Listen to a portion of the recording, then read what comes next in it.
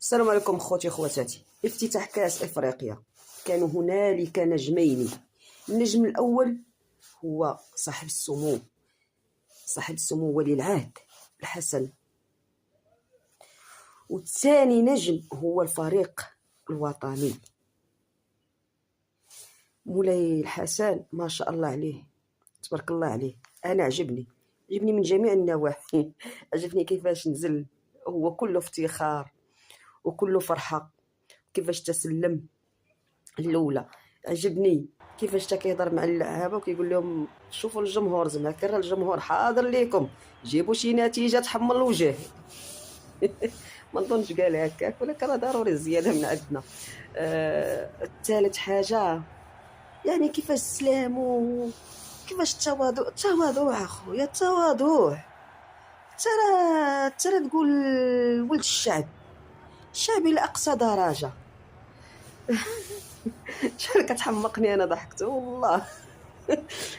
كتجيني فيها البراء، بحال ما عرفتش، واحد الشعور ما عرفتش كيفاش غادي نوصف.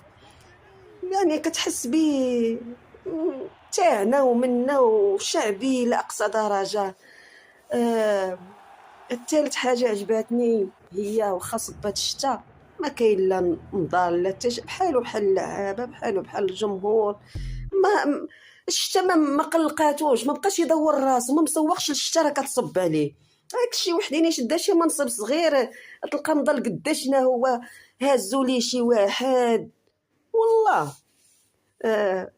ونزيدك رابع حاجه، من ماركه هذيك الكره هزه برجليه صافي تماك عرفتو كويري. من كيقصر في شي دريبه في الرباط، راه ما يمكنش والله. حتى كيجيني شعبي لاقصى درجه بصراحه. والله حتى كنموت على العائله الملكيه.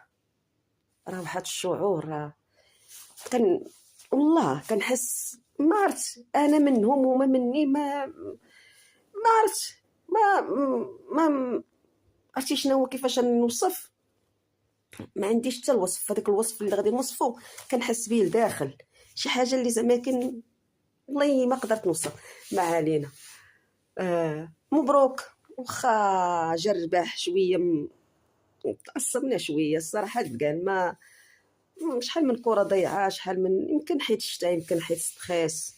مراحمين ما غاديش نزو عليه، حنا ما مقلقينش انه ما ماركاش، عارفين البدايه وعارفين الضغوطات والله يكون في العون.